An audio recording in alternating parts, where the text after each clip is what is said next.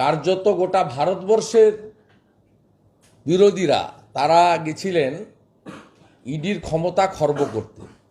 সেখানে supreme court উল্টে তাদের জাজমেন্টে, তাদের রায়ে ইডিকে আরও শক্তিশালী করেছেন এবং সমস্ত মানি ট্রেলের ঘটনার ক্ষেত্রে অবৈধ সম্পত্তি হতে পারে, বেআইনি আর্থিক লেনদেন হতে পারে, সেক্ষেত্রে ইডির উপরে ভারতবর্ষের সর্বোচ্চ আদালত আস্থা রেখেছেন।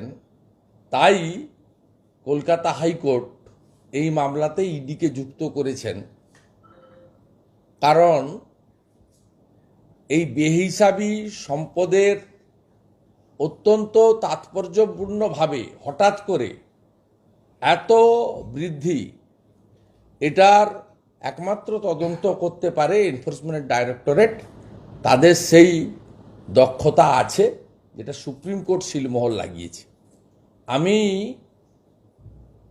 মাননীয় অভিযুক্ত বা যে সমস্ত লোকেরা আজকে প্রেস কনফারেন্স করেছেন তাদেরকে আমি বলতে চাই যে এত ভয় পাচ্ছেন কেন?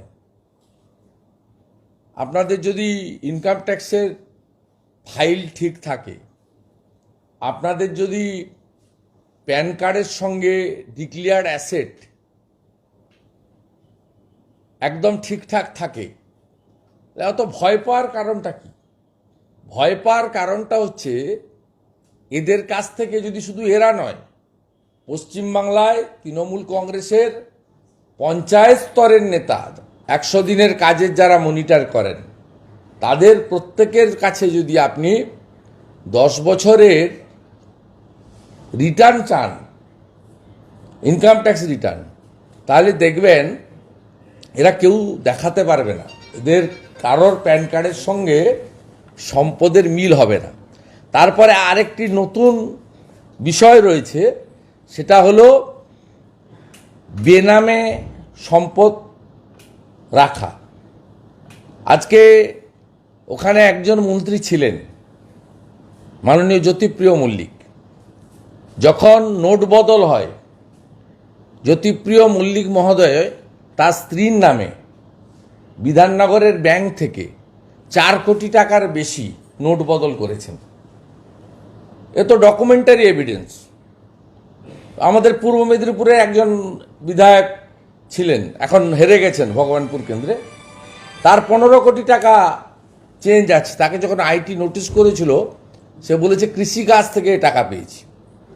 জ্যোতিপ্রিয় মল্লিক, আমি নাম কোট করে বলছি, প্রায় 5 কোটি, 4 কোটি সামথিং নোট বদল করেছেন। এই টাকাটা এসেছে কোত্থেকে? কার টাকা এটা? এইরকম প্রত্যেকটা লোকের, ওখানে যারা বসেছিলেন প্রত্যেকটা লোকের হিউজ পরিমাণ সম্পদ তারা তৈরি করেছেন, যে সম্পদ তারা ইনকাম ট্যাক্সে আইটি রিটার্নে দেখাননি, ট্যাক্স পে করেননি এবং প্যান কার্ডের সঙ্গে ইনকাম ট্যাক্স রিটার্নের সঙ্গে মিল নেই। এবং আমি আপনাকে বলছি যে এরকম সংখ্যা শুধু এই 19 জন বা 20 জন নয়। আপনি যদি স্থানীয় স্তরে, আমি আপনাকে বলছি, একবারে সুপারভাইজার 100 দিনের কাজের, তাকে গিয়ে ধরেন, তাহলে দেখবেন সুপারভাইজার মিনিমাম 1 কোটি টাকার মালিক। নির্মাণ সহায়ক তো যদি গিয়ে ধরেন, দেখবেন 1 কোটি টাকার মালিক। প্রধানকে গিয়ে যদি ধরেন, 5-7 কোটি 8 কোটি টাকার মালিক। এরা সবই আপনার এই মূলত 18 থেকে 21-এর মধ্যেই, এই 3-4 বছরের মধ্যে, বা আরেকটু আগে যদি ধরেন 16 থেকেই এদের সম্পদের বৃদ্ধির ঘটনা ঘটেছে। এবং এর তদন্ত ফেস করুক, কাগজপত্র 10 বছরের আইটি রিটার্ন জমা করুক, সাহস থাকলে প্রেস কনফারেন্স করে 10 বছরের আইটি রিটার্ন দিয়ে বলুক না কোথায় কি আছে না আছে।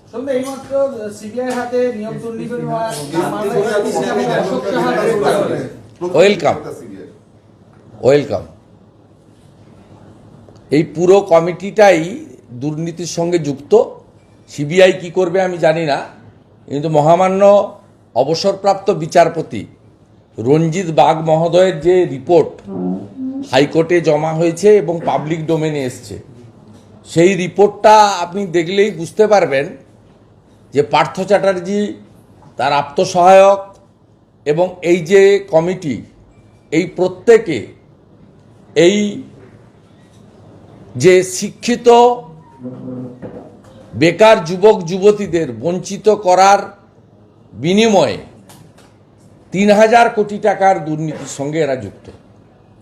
আমি হিসাব দিয়ে বলেছি ৭৫,০০০ অ্যাপয়েন্টমেন্ট হয়েছে ১১ থেকে ২১-এর মধ্যে, এবং এই অ্যাপয়েন্টমেন্টে অন্তত ৫০,০০০ বিক্রি হয়েছে।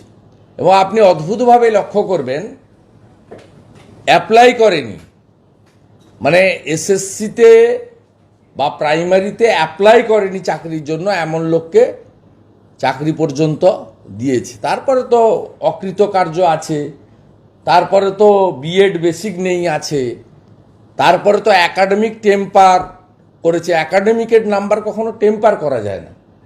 ফার্স্ট ডিভিশন কত পাবেন, সেকেন্ড ডিভিশন কত পাবেন, প্লেন গ্র্যাজুয়েট কত পাবেন, অনার্স গ্র্যাজুয়েট কত পাবেন, তার নির্দিষ্ট নাম্বার মার্কিং করা আছে, সেখানেও টেম্পার করেছে। এই রকম এত বড়, যেখানে ১ কোটি শিক্ষিত বেকার যুবক যুবতীর ভবিষ্যৎ বর্তমানের সম্পর্কযুক্ত, ১ কোটি লোক নিশ্চয়ই চাকরি পাবে না, ভ্যাকেন্সি অনুযায়ী চাকরি পাবে, কিন্তু এই জিনিস কখনো ভারতবর্ষে কোথাও হয়নি। হরিয়ানায় হয়েছিল ৩,০০০ প্রাইমারি নিয়োগে, ১০,০০০ সামথিং ক্যাডার নিয়োগ করতে গিয়ে ত্রিপুরায় হয়েছিল। তো এই রাজ্যে যা হয়েছে, স্বাধীনতার পরে কোনো প্রদেশে এই ধরনের রিক্রুটমেন্ট স্ক্যাম হয়নি। কিন্তু প্রমাণিত হয়ে গেছে, প্রমাণিত হয়ে গেছে যে এই যে ১০০ কোটি টাকার কাছাকাছি সোনা দানা ক্যাশ ফ্যাশ নিয়ে যে পাওয়া গেছে, এ তো হিমশৌলের চূড়া মাত্র। এটা ৩,০০০ কোটি টাকার স্ক্যাম। এবং এই স্ক্যামের সঙ্গে মাননীয় মুখ্যমন্ত্রীর একেবারে তার পরিবারের যাকে তিনি রাজনীতিতে এস্টাবলিশ করতে চান, তার র্যাকেটটা তো সম্পূর্ণভাবে যুক্ত। দালাল চক্রগুলোকেও সিবিআই ইডি ধরা উচিত, যারা নাম সংগ্রহ করেছেন, ডিল করেছেন। আমি অ্যাসেম্বলির গেটেও আপনাদের বলেছিলাম ২ ধরনের দালাল কাজ করেছে। একটা বিধায়ক, ইতিমধ্যে তাপস সাহার চিঠি সামনে এসেছে, প্রাক্তন ২ বিধায়ক তাদের চিঠি সামনে এসেছে, আমাদের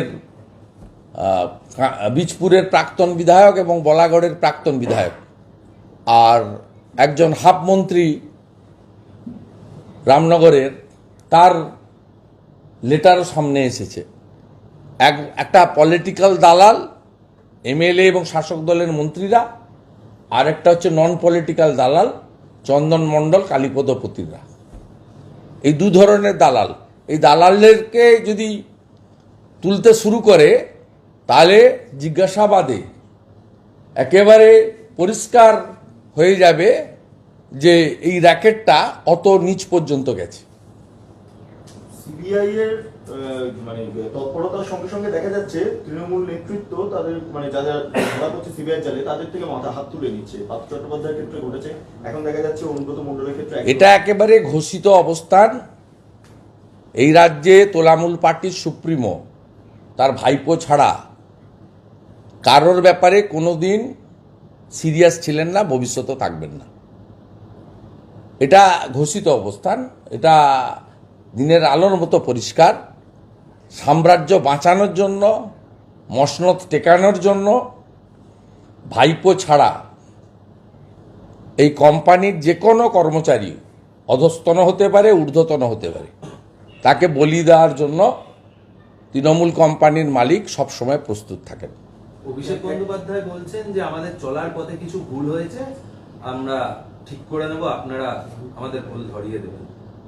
না, উনার কথার উত্তর দেবো না, কারণ মাননীয় মুখ্যমন্ত্রী ২১-এর নির্বাচনে সব জায়গায় বলেছেন ২৯৪টাতে আমি প্রার্থী। অতএব মালের দায়িত্ব তো আরোহীকে নিতেই হবে। ফিরাদ হাকিম বলছেন অনুব্রত মণ্ডল নিয়ে কি বলবেন? এই অনুব্রত মণ্ডল আজকেও যায়নি, দিনের পর দিন নানা অজুহাত। না না, আমি এজেন্সিকে গতকাল একটা ভারত ছাড়ো আন্দোলনের প্রোগ্রামে গিয়ে আমি বলেছিলাম যে সেন্ট্রাল ব্যুরো অফ ইনভেস্টিগেশন একটা শক্তিশালী সংস্থা, এদের অনেক উল্লেখযোগ্য কৃতিত্ব আছে। সেক্ষেত্রে তারা একটা লোককে 8 বার 9 বার 10 বার হয়ে গেছে ডাকছেন আর তিনি বুড়া আঙুল দেখাচ্ছেন, তারা এতে কিন্তু তাদের সংস্থার প্রতি জনমানসে অনেক প্রশ্ন উঠছে। আমি কালকেও বলেছিলাম, আজও বলছি যে উনাকে কেন্দ্রীয় সংস্থার উচিত মানে এক কাপড়ে তুলে নিয়ে আসা, একদম সময় এবং সুযোগ না দিয়ে। আজকে ফিরাদ হাকিম বলছেন যে আমরা টিএমসি করি মানে এই নয় যে আমরা সবাই চোর। টিএমসি করে মানে চোর। এ তো ভাবের ঘরে চুরি। আপনার এটা প্রশ্ন তো সাংবাদিকরা করেনি, প্রশ্নটা নিজেরা করছে। তার মানে এরা বেরোলেই লোক পিছন থেকে চোর চোর করছে। সে প্রেসিডেন্সি জেলের ভিতরেও করছে, জোকা ইএসআই হসপিটালেও করছে, এসএসকেমের বাইরেও করছে। এবং এরা অনেকেই বাজারহাট বেরোতে পারছে না, পাবলিকলি প্রোগ্রামে যেতে পারছে না, বিপুল সংখ্যক পুলিশ ছাড়া। এবারে স্বাভাবিকভাবে এই মনের কষ্টের বহিঃপ্রকাশ ঘটছে। যিনি বলছেন তিনিও যেভাবে সম্পদের মালিক হয়েছেন, আমি কিছুদিনের মধ্যেই উনার কেএমডি এর কীর্তি আমি আপনাদের সামনে আনব। আমি আজাদিকে অমৃত মহোৎসবটা যেতে দেন, আমি কেএমডিএতে উনি যা যা কীর্তি করেছেন উদ্বাস্তু ল্যান্ডে, উদ্বাস্তুদের ল্যান্ডগুলোকে কিভাবে কেএমডিএ এবং কলকাতা কর্পোরেশন দুটোরই উনি মাথায় আছেন। তিনি গত 2 বছরে কেএমডিএ এবং কেএমসি মিলিয়ে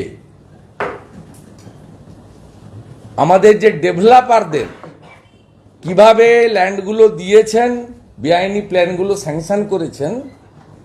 আমি এমনকি ইস্ট ক্যালকাটার ওয়েটল্যান্ডের জমির উপরও অ্যাপ্রুভাল দিয়েছেন, সব আরআরের জমির উপরে। আমি তো আজকে শুধু আপনার ভবিষ্যতে এই ধরনের আরো আপডেট সবার আগে পাওয়ার জন্য এক্ষুনি নিচে লাল সাবস্ক্রাইব বাটনটি প্রেস করুন এবং সাবস্ক্রাইব হয়ে গেলে পাশে নোটিফিকেশন বেলটিকে বাজিয়ে দিন, যাতে আমি নতুন কোনো ভিডিও আপলোড করলে তার নোটিফিকেশন সবার আগে পৌঁছে আপনার কাছে। এবং আরেকটি রিকোয়েস্ট আপনার কাছে, ভিডিওটিতে অবশ্যই একটি লাইক দিয়ে দিন, কারণ আপনার একটি লাইক আমাকে অনেকটা উৎসাহিত করে পরবর্তী ভিডিও আপলোডের জন্য।